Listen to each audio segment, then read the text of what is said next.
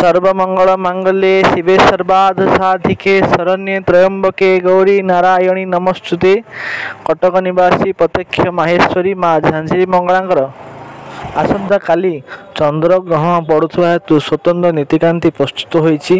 एही वीडियो माध्यम भक्त मानक आसंता कालीर नीतिकांति अवगत कराई। आसंता काली भोर 4:30 राति माँ द्वार फिटा नीति अनुष्ठित होब।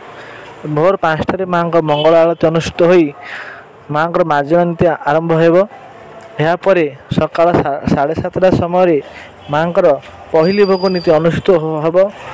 सका 10टा समय माँ मध्याह्न भोग अनुष्ठित होब एवं तापर माँ पढ़ हो ठीक 11टा समय द्वार फिटा हो माँ बड़ सिंगार भेष अनुष्ठित होब।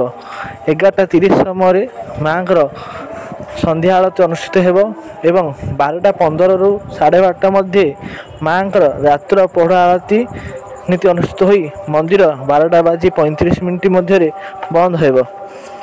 आसंता काली ग्रहण छुईवा समय रात्रि 9:57 सेकेंड। पूर्ण ग्रहण समय रात्र 11टा समय होब। ग्रहण